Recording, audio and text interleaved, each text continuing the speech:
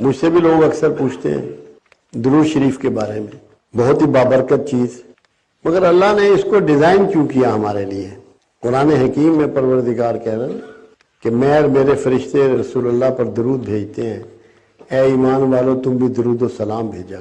क्यों डिजाइन किया? दरूद का मतलब क्या है? दुआ, प्रे फॉर प्रॉफिट। तो माज अल्लाह क्या रसूलुल्लाह हमारी दुआओं के मोहताज हैं या हमारी दुआएं उनका कुछ संवार सकती हैं? ये कोड है जिसको हमें समझना है।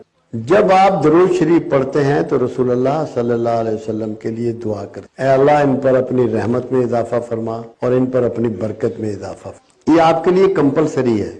आपने अगर जिंदगी में एक नमाज भी पढ़ी होगी तो दरूद शरीफ पढ़ लिया, किसी जनाजे की नमाज भी अदा कर ली तो दरूद शरीफ पढ़ लिया। ये क्यों इतना बाउंड किया, क्यों इतनी पाबंदी लगा दी आप? दरूद शरीफ दुआ है। कुरान हकीम में वाज़ेह बयान है कि जो तुम्हें दुआ दे उसके बदले